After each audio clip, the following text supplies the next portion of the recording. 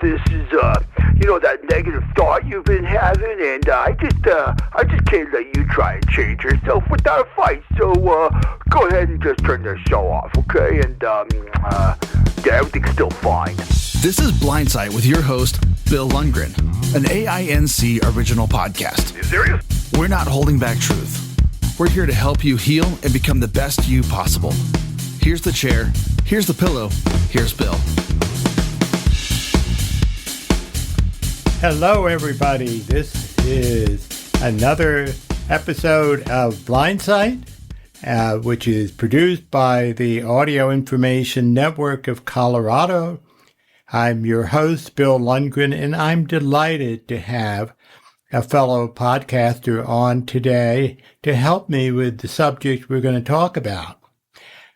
Most of you may already know Penn Street, who is the podcast for Aftersight, and she's also, you know her as an advocate for blind people, and she's also very much into physical health, and that's the subject I want to work on today. You're listening to Blindsight with Bill Lundgren. If you enjoy what you hear, please visit aincolorado.org for more shows, news, and articles read by our amazing staff and volunteers. If you have a question for Bill or would like to recommend a guest for future shows, please visit aincolorado.org/podcast-guest. Welcome to Blindsight.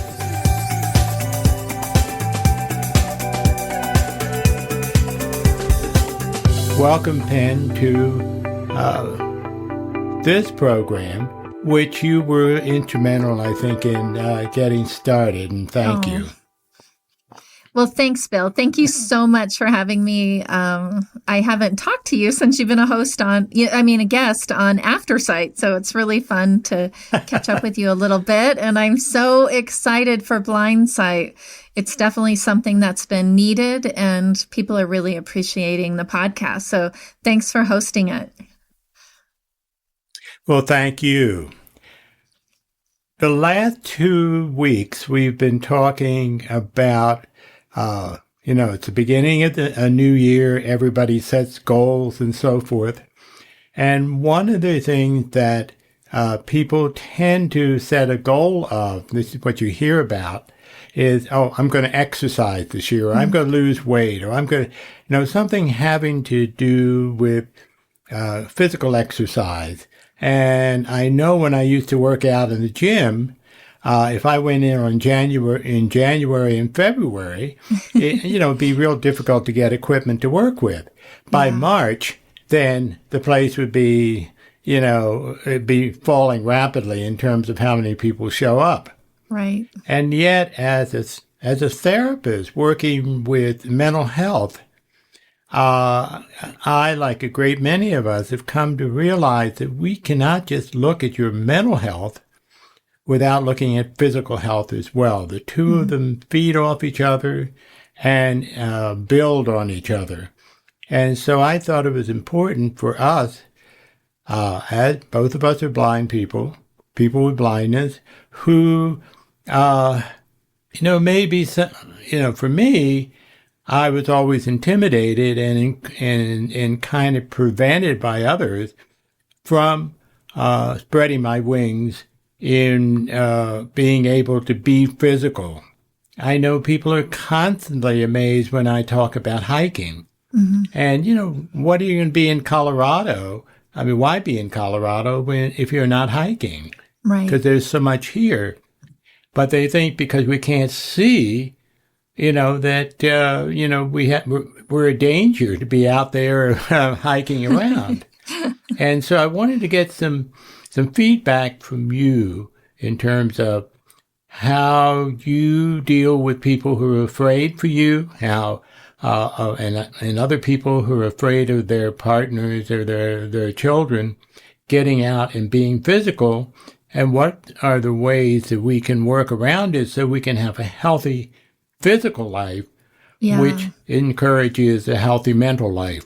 Yeah, this is definitely a topic that is very dear to my heart. I talk frequently on Aftersight about hiking and skiing and paddleboarding and things like that. And for me, Bill, it's the people that are going to tell us that we shouldn't be doing that, or that's dangerous, or, those kinds of things are probably people that need to be out there hiking and skiing and paddleboarding along with us.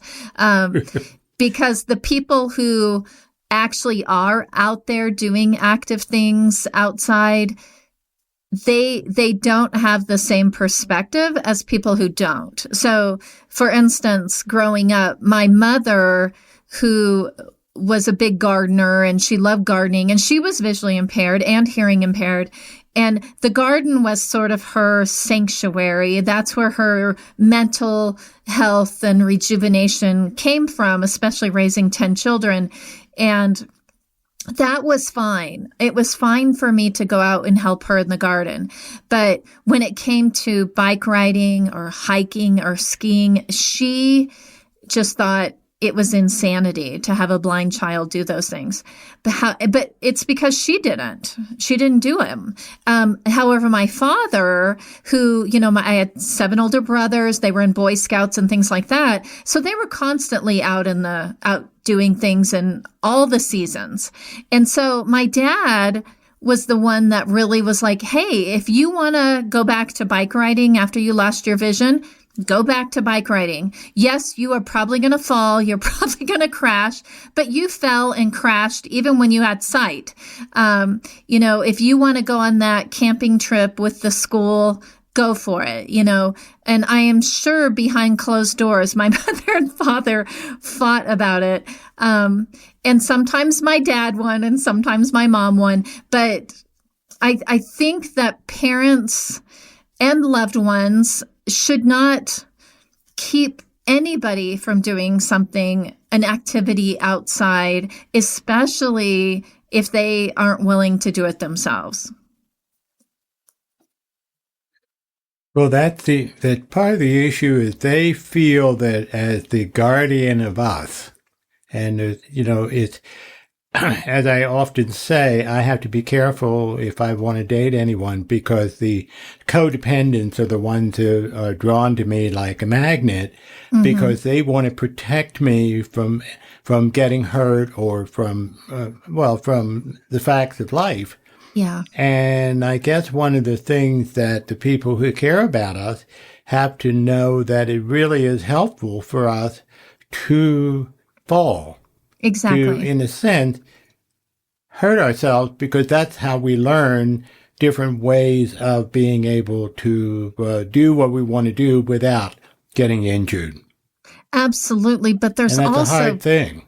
Yeah, there's also the whole other level of, and I know you know way more of this than I do because of the field that you come from, Bill, but there's scientific proof that no matter who you are, what your ability is, what you can or can't do, if you get outside, even if it's just going for a walk around your own neighborhood, the endorphins and the chemistry in your body changes for the better.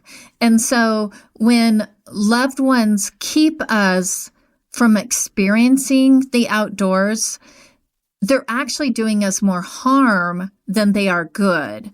And I really, and also I recommend that, if you have a blind child or a loved one that I'll take skiing as an example, and you're very fearful of them, well, then put them in a program, let professionals teach them how to ski. So that I would never recommend a loved one teaching somebody how to do anything outside, because that's an easy way to get divorced, I guess. But there's all these other options. If you're afraid to let your loved one or allow your loved one or support your loved one in doing something in the outdoors, then step back, like say, hey, I'll give you a ride to the pool, or to this hiking group or to the ski adventure, whatever it is, you can still support them in it. And then you go sit in the lodge or you go to the nearest coffee house or bookstore or whatever, and you take care of yourself and let the professionals, kind of step in and teach that child or that adult the skills that they're going to need in whatever outdoor activity that is. How do you find the professionals that are comfortable in working with people with blindness? Oh, Bill, we are so lucky to live in Colorado because there are so many, regardless if it's, a water sport or skiing or whatever it is, hiking. There are lots and lots of groups out there that have incredible programs, and a lot of them are either free or majorly discounted because, as you know, people who are blind, it's income is one of our biggest barriers. So, I know Audio Information Network of Colorado has some of those programs on our website, which is aincolorado.org. But if you don't find something, if you're looking for something and you're not finding it, you can absolutely email me and ask me directly. And my name is Penn, Penn. So it's Penn at aincolorado.org. And I mean, I'm not kidding. This is a big passion of mine, is for blind people to get outside, whatever that activity is.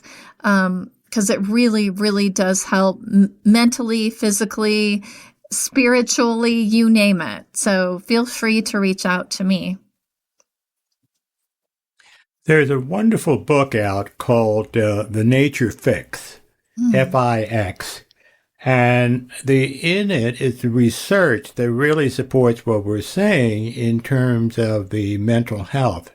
In fact, in Scandinavia, there are mental health programs or mental health institutions would take their residents out for hikes in the area because they know that it has as much benefit, if not more, than therapy, talk therapy. Because exactly as you say, just being out and exercising and producing endorphins. One of the issues, I know we've been talking about the people who love us and protect us unwittingly hurting us in effect, but also there were people who because of their parents or whatever are scared to try. Mm-hmm. And it may be the people who are newly blind, for example. We just believe that everything's been cut off. And we have to speak to them to say, look, you don't have to give up things that you used to love doing. Yeah, absolutely. And everybody's different, Bill. Like you were talking about somebody who's newly blind. Well, somebody who's newly blind, just using their new cane skills to get to the mailbox at the end of their driveway and back in. Yeah. That is huge, so don't think, especially if you're new to blindness, don't think that you need to go out and learn how to ski blind or rock climb blind or something like that. Start small, start doing those little errands by yourself, like going to the mailbox and then you'll get more confident with your skills. Go around the block the next time, then, maybe go to the nearby grocery store or coffee shop by yourself. Just the feeling of accomplishment, being outside, doing something is there is no medication or, that can get you to that feeling of self-confidence, like doing it outside on your own. Right.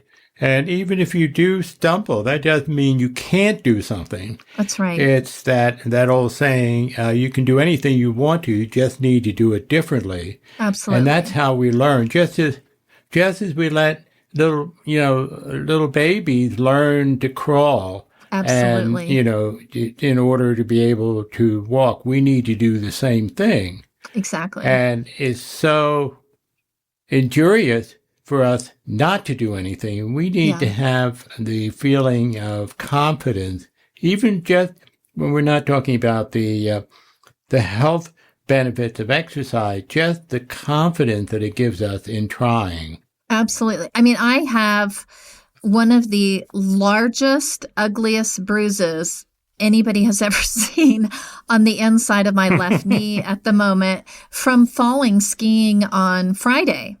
And when I fell, I fell onto my other ski on the edge. So, and I'm fine. It doesn't hurt to put, bear weight or anything. I'm totally fine, but it is humongous and it is very tender to touch. And humiliating. Yeah, it was. But one of the things, Bill, that I really had to learn, and I still struggle with it at times, when I do fall down or I run into something, the first thing that always pops into my head is, oh, it's because I can't see. But that's not necessarily true. My husband, who's a much better skier than me, and I have friends that I ski with that are much better than me, they fall down as many times as I do. And they've had very similar bruises on the inside of their knee.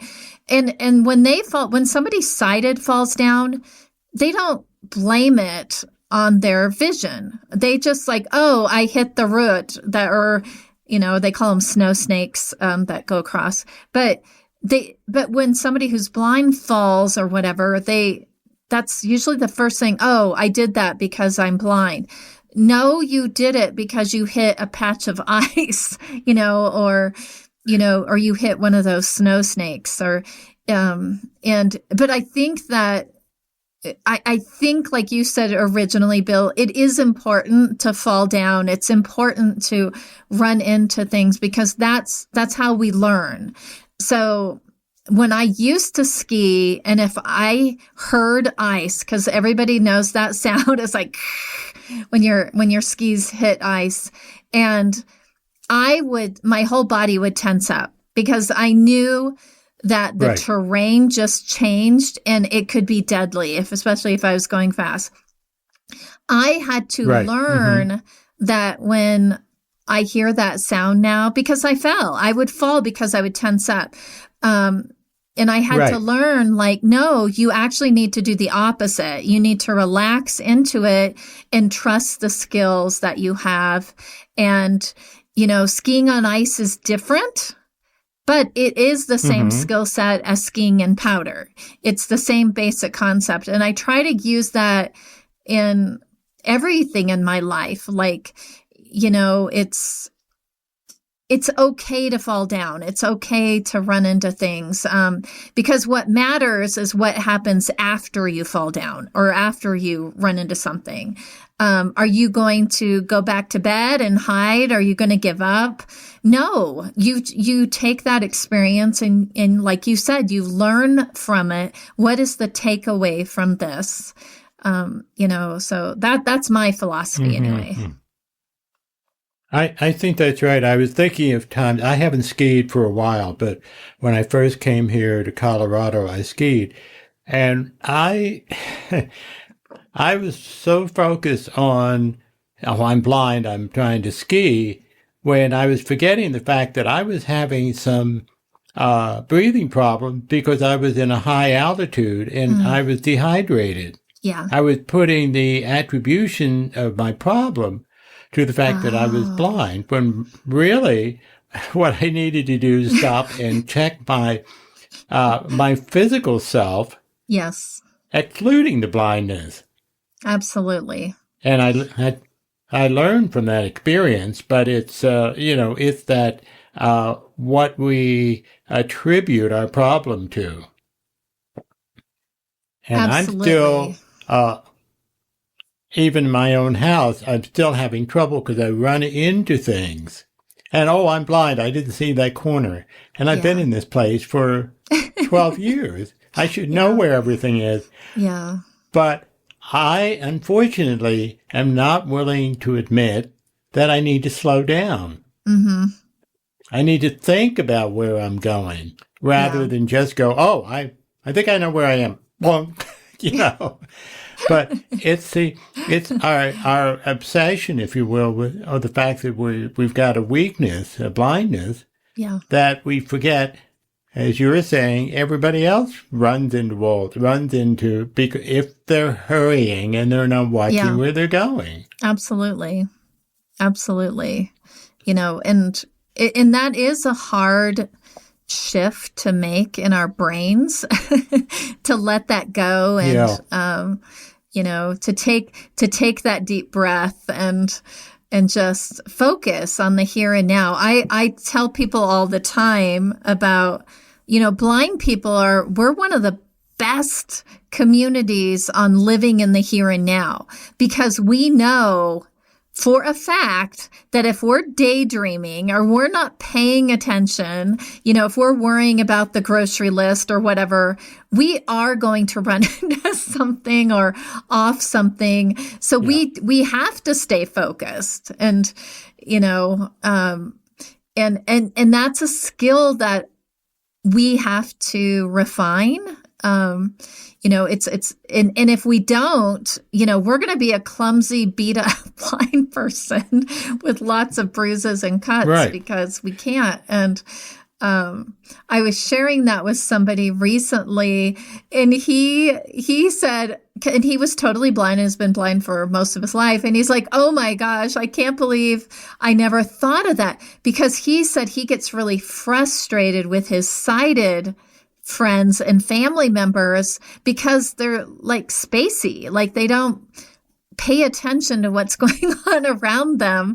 And it is a skill that when you're blind, you really do have to hone that skill in to focus on the here and now. And it's the same thing when you're outside, regardless if you're taking a walk or going paddleboarding or whatever it is, when you're blind, you really have to pay attention. You have to listen for those birds in the trees and which direction are they, or which way the wind is, or the water sound. And it's almost a blessing to me because of my blindness, I actually experience more of the outdoors than my sighted family and friends.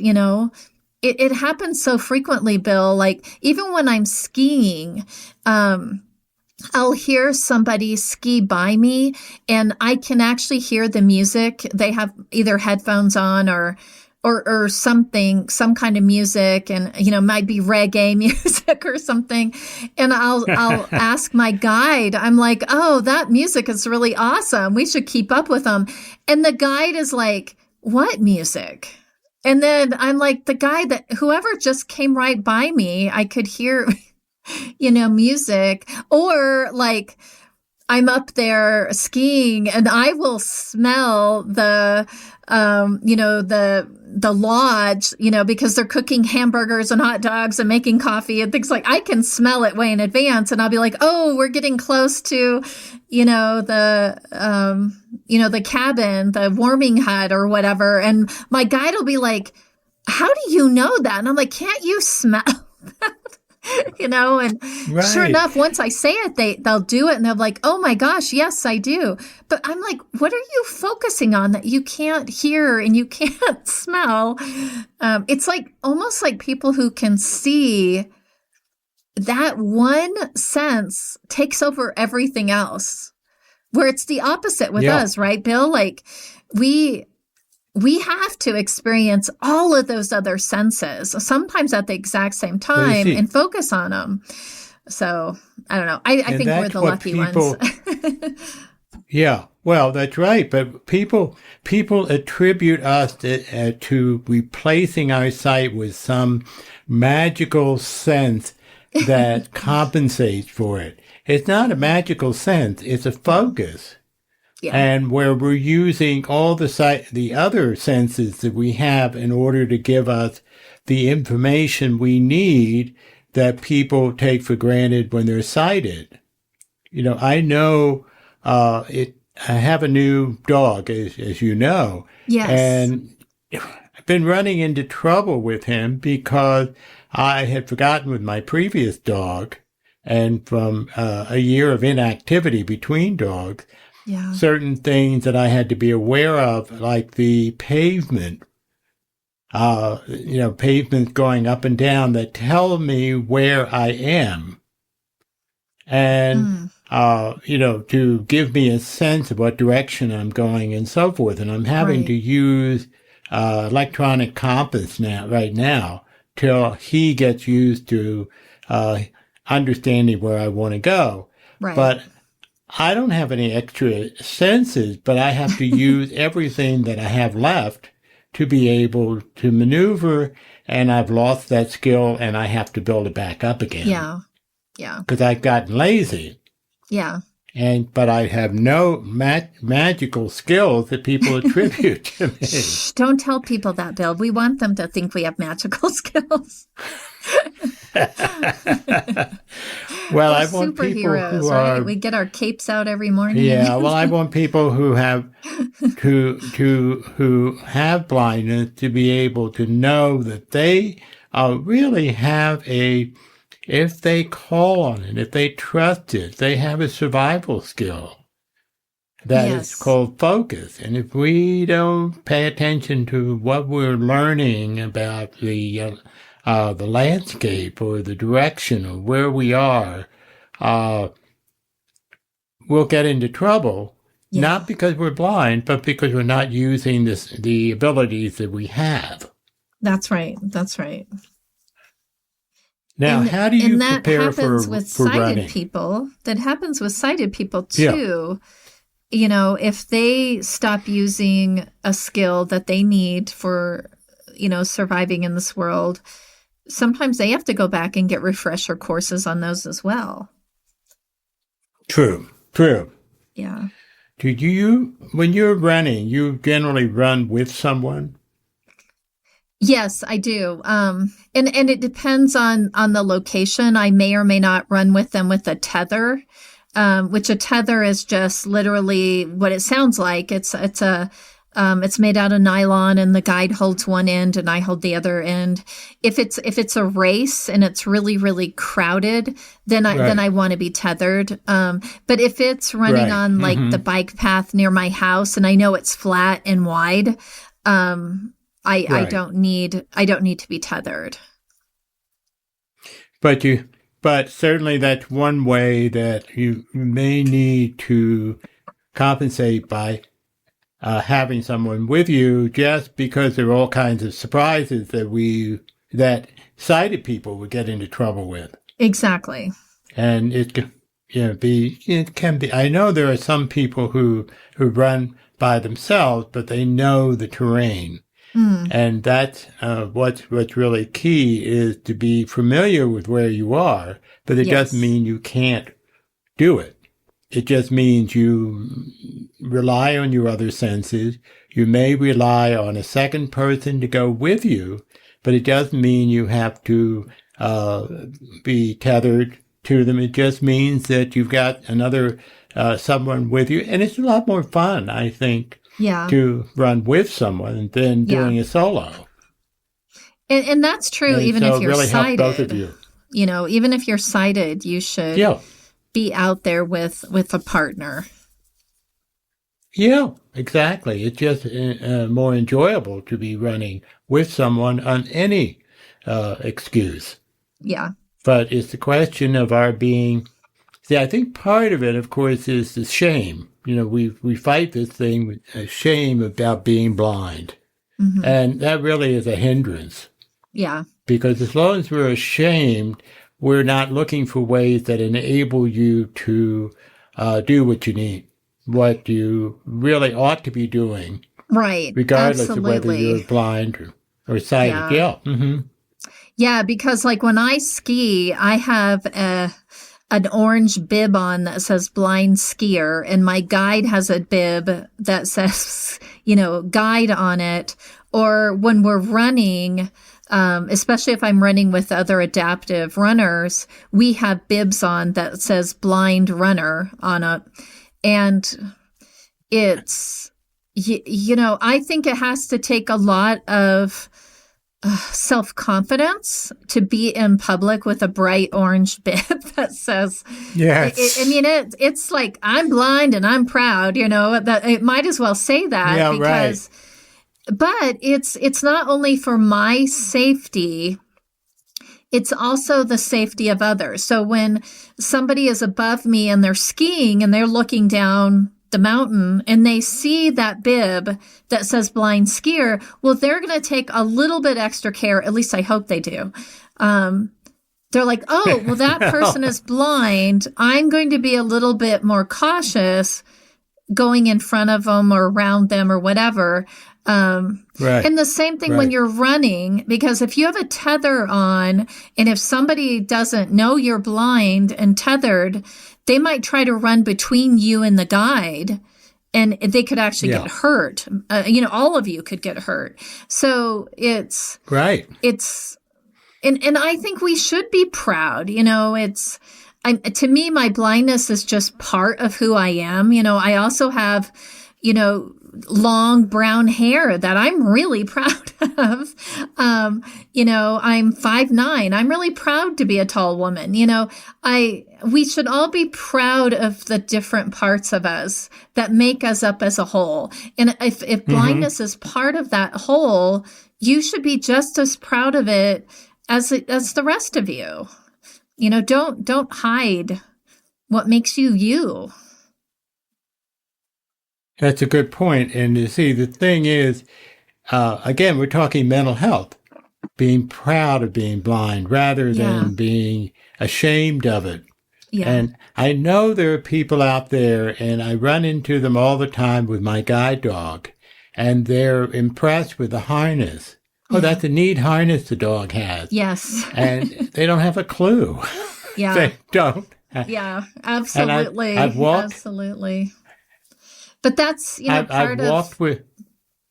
Is that part of our magic, though?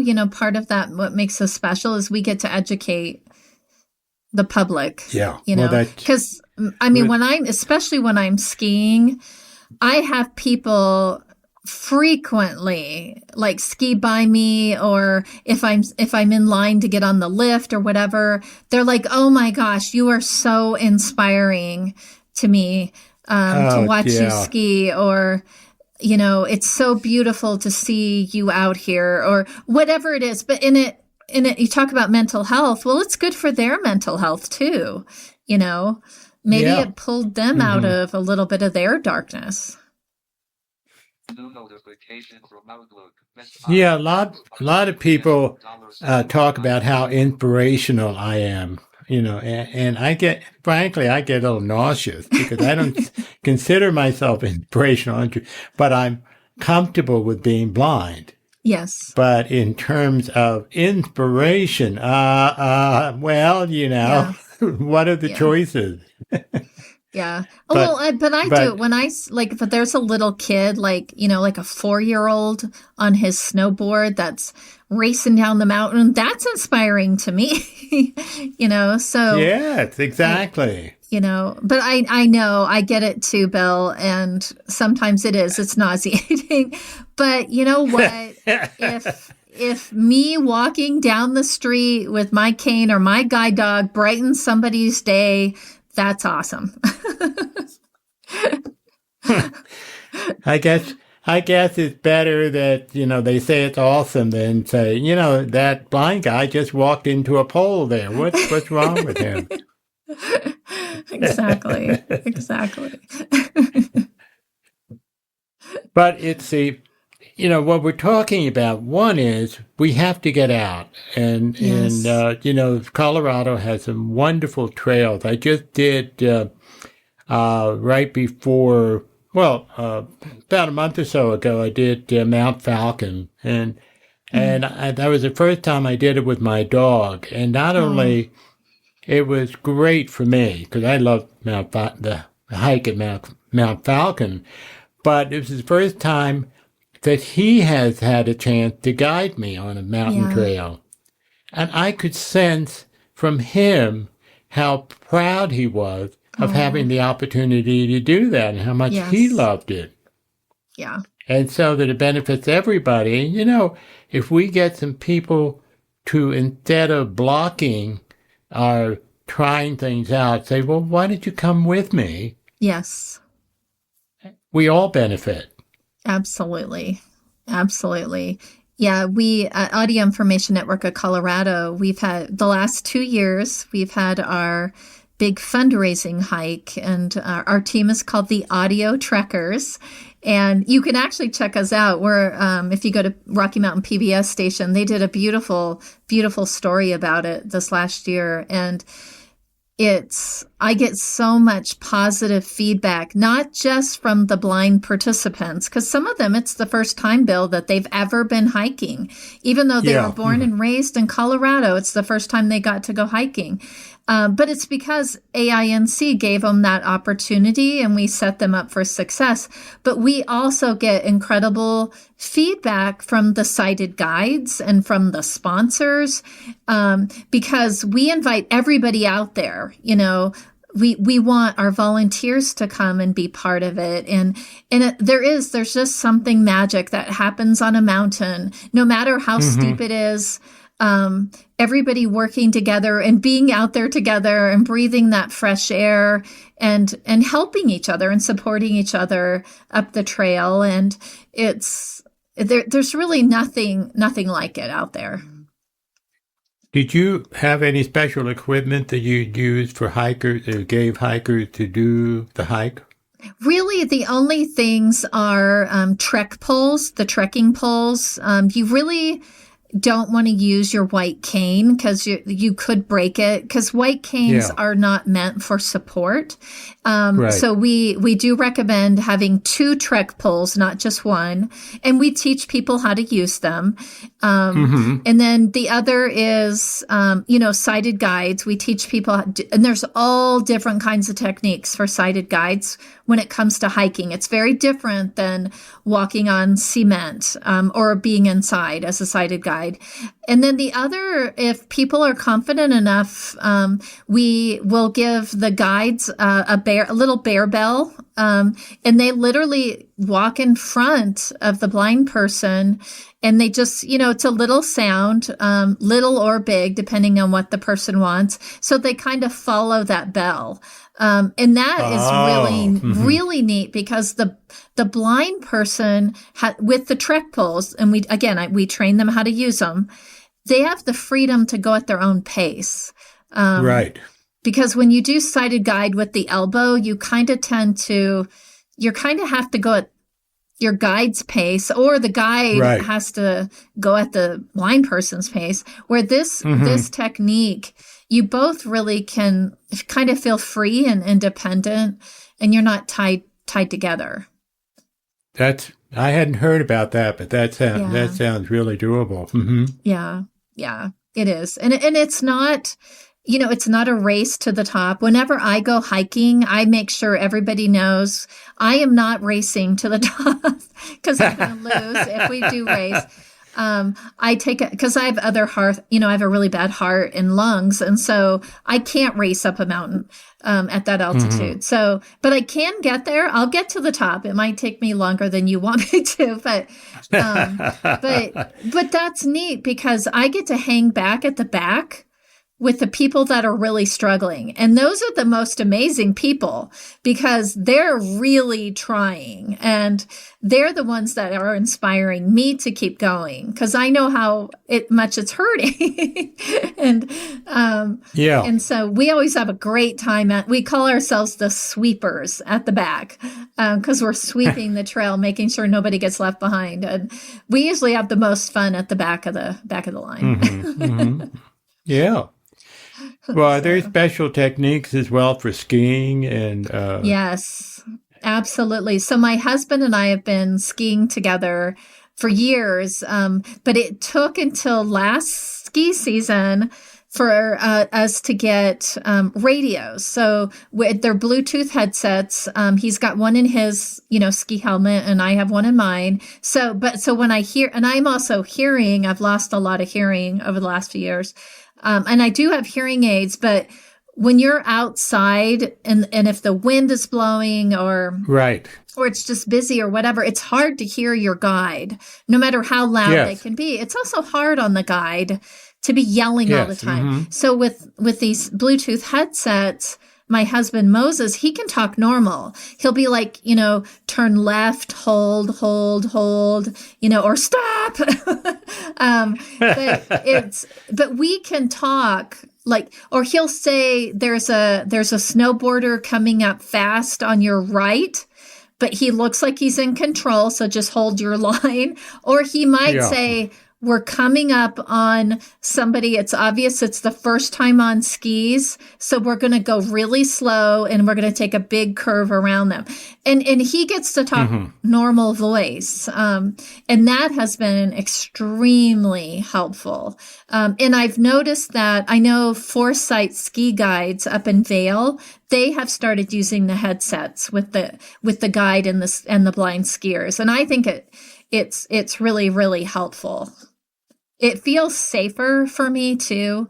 Also, if I need something like, my legs are hurt, I need a minute to stop and rest. I can just say that in my normal voice. Or when we go inside and I need to go to the restroom, he can, Moses can say, well, Penn, it's, 10 feet to 1 o'clock is the door.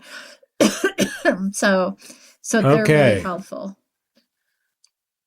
That's a great idea. I'm not familiar with the headset. It makes sense because I'm hearing impaired and I wear hearing aids, but anything with the Bluetooth can communicate with me in a skiing situation or in any kind of situation where I'm some distance from someone. It's a great idea. Yeah. I definitely think it's a lot safer. Because sometimes, and absolutely. What got in fact, us, it's safe. Yeah, what got us to get them is it was our first trip out last season, and we were at Keystone, and there was so much ice that it was just that constant like static. And it was the last run of the day, and I could not hear Moses at all because that like static noise was so loud because everybody was going down. And I had to just sit down because it was not safe for me because I couldn't see and I couldn't hear. And then Moses actually had to hike back up. It wasn't too far, and we just sat there until the hill cleared enough where I felt safe enough I could hear his voice. And that's when I went online and researched the Bluetooth headsets, and we've been skiing with them ever since. Because it doesn't matter if it's icy now because I can hear him because he's inside my head. Right. Yeah, absolutely. And I think that makes so much sense. One of the advantages that I think that we have is that there's been a lot of technology that the problem is we have to find it and use it so that we can do so much more than we could have maybe 20 years ago or 30 years ago. But we have to be committed to trying different things out. I think that's one of the keys. If there's a message from this program, there's stuff out there. If we ask one another, we check around, and rather than say, I can't do something because I'm blind, but say, how can I do it when I'm blind? Well, don't you think that's one of the reasons it's so important to reach out into the blind community? Because I facilitate a low vision support group and twice a month, and I learn so much from them because, somebody will say, I'm running into this issue. Has anybody else been there? What are you using? What are you doing? What technology or what resource is helping? And I learn something every single time we get together that I didn't know because, there are people out there that are, finding those new technology, but also just a resource or a service that I'm not aware of. So it's really important to find those support groups wherever you can find them. It's really important that we're not ashamed of one another, because we can learn from each other how to operate as a blind person, how we can operate with whatever disability or limitation we may have. I think I'm at the part I really need to get together with older folks to learn how to to survive in what is basically a younger generation that's in charge. But Absolutely. Just talk it, just not be ashamed of what we can't do, what we perceive we can't do, but say, I'm having trouble with this. How do you deal with it? And it's humbling sometimes, because we have to admit the thing that we may have some real hesitation about. But somebody else may have the answer to help us do what it is we really want to do successfully. Absolutely. All of which come back around to helping us feel mentally healthy. Yes. As well as physically healthy. Yeah. And if we're mentally healthy and feeling like we can ask and we can look around and we can be assertive and find ways to do the things we really want to do, then we're also going to be physically healthy. Do the two of them work together? Absolutely. And it's like how you kind of stated at the very beginning of the podcast today, Bill, that they do go hand in hand. And the, perfect example of that is, I fell last March 18th, I fell skiing and I broke my right wrist and I tore the ligaments and tendon in my thumb. And it took me out, knocked me out of skiing for the rest of the season. Well, I couldn't ski. And that really set me into a really dark space for a while. Right. And so they do go hand in hand. So then I had to find something else, so I, as soon as I got the cast off and got the okay, I started swimming, instead of skiing and, in the pool and no, it was not as exhilarating as flying down the mountain, but it was okay, So they could throw some crocodiles in the pool. That would be exhilarating. that might have made it a little more exciting. But it does go hand in hand. It's if you exercise on any level, whatever that is for you, you feel better. But then if you can't exercise for some reason, that really messes with you mentally. So they go hand in hand. And, I just think it's so important to keep moving as much as you can and pushing yourself. There's nothing like the accomplishment of standing on the top of a mountain peak that you didn't think you were going to be able to get there, or ski a run that you didn't think you could do, or like that sense of accomplishment is so, it just feeds my soul and my mental stability. And it's just amazing. It is amazing. And I think what I'm hearing you all say also, okay, if something for some reason or another blocks you from doing something you love to do, like skiing or whatever, temporarily, it's important for us to replace it with some other physical thing to keep the endorphins going, the parts of the brain that produces a feeling of pleasure, to keep at it, because that that's going to help repair you physically and mentally both. Yeah. It's just to keep active, because the word, I think it really, maybe we have to have timers on our body that says, okay, enough being at the computer, get up and do something. Yeah.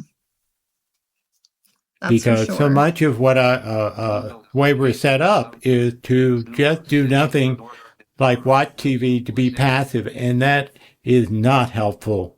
Passivity is not really that helpful to us. Yeah, that's right. I think anytime that we remain dormant, it's not a good place to be. And not that you should never take time. Like, obviously, if you're going through trauma, sometimes you need to just sit and the balance. And feel, but if you do that for too long and it becomes too comfortable, it makes it even harder to get back out. And that's been the penalty that we've been paying with the requirements of the COVID epidemic. Yes. We've become, I know I've become a lot more sitting back rather than, getting out there. And, that's one of my resolutions, is to get myself going. And I think that's what all of us are feeling, to get out there. It's just trying to figure out, given who we are, whatever parameters you want to put for us, to find ways to get out there and be active appropriately, and to the degree that we're not driving ourselves and going to the other extreme, but being balanced in time of rest, time of activity, time of trying things out that we normally wouldn't try. Right. And see how we do. And Absolutely. Not consider anything as failure. Failure is just another opportunity to learn.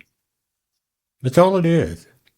Yeah. And just because we find we can't do something, there may be some legitimate reason that we can't.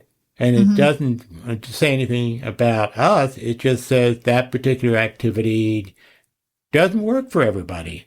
Yeah. But if we're willing to try, and if we're willing to see if we can do it, there are ways that can help us do whatever it is we want to do and develop the pride in ourselves and our ability to do things. Yeah, I mean, that's such a great point, because, skiing is not for everybody, regardless if you're sighted or blind. I have lots of sighted friends that have no desire to ski, because just because you're blind doesn't mean that you have to do something, but find something that gives you joy and gets you outside. And it's, and sometimes that takes several tries. It might take you a few times to find, sort of that fit. But like Bill says, just try. I have to admit, part of the training program I was in, I had to do rock climbing, and I hated it. I was cursing the whole time I was climbing, and and I'm sure they could hear me everywhere in the mountain area where I was. But I look back on it and say, you really, I should reassess it and at least try it again with a different attitude. Yeah. I had to rock climb because that was part of the program, requirement of the program. And you can imagine how I felt about the program at that moment. Yes. Where the opposite was true for me. The first time I rock climbed, I fell in love with it. I was like, oh my gosh, this is just amazing, because it's so tactile, Yeah. And like you're on the, side of a mountain, this cliff. And it was heaven to me. But again, that's me, because I've been to a lot of those. I used to teach blind students how to rock climb in the Rocky Mountain National Park. So I was probably one of those people down below hearing you cursing. So there were students that were just, I was like, yep, this is going to be the one and only time they ever do this. But there were also people that were like me, like, oh my gosh, like they found what they loved. They found something that brought them joy. And that was beautiful. Yeah. Yep. And I think the tactile part of whether it's rock climbing or whatever, that is our saving grace. If we can access our ability to feel what we're doing and to use that sense of touch, it really compensates for what we may have lost with being blind, because we can see so much through our touch. Absolutely. What I refer to as the Helen Keller method, Yeah. If we have that touch, it really is meaningful, but we may not, because we're so sighted focused, we don't pay attention to that. Yeah. And people who are sighted maybe benefit by wearing blindfolds for a while and getting a chance to feel how things feel, like in rock climbing, like anything that we do, where mindfulness, the whole theory of mindfulness is that we become acutely aware of all our senses at all times. And we pay attention when we walk to what the road feels like, because sighted, we don't do that. Right. And that is so fulfilling, and it's so meditative. It is so healthy for us to be doing that. Yeah. Absolutely. Penn, this has been wonderful for me to get a chance to interact with you and learn from you. As you say, we learn from others. Yes. And I'm curious about some of the things that you mentioned in terms of what I may need to try out, like those headphones, in terms of situations and trying out skiing again or doing some things. So I really, I know I speak for our listeners too, to appreciate how much you've contributed to the physical and mental health of people who are blind in helping and teaching and encouraging people. Thank you so much, Ben. Thank you, friend. Thank you for what you're doing. This is amazing. It's such an amazing program, and I think all of us are learning so much through you and your experiences too, as well, Bill. Thank you. I appreciate those last words. This is Bill Lundgren, your host at Blindsight, and we end this program, and we look forward to you continuing to listen to both to Penn's program After Sight and to Blindsight. Have a great week. Thanks, Bill.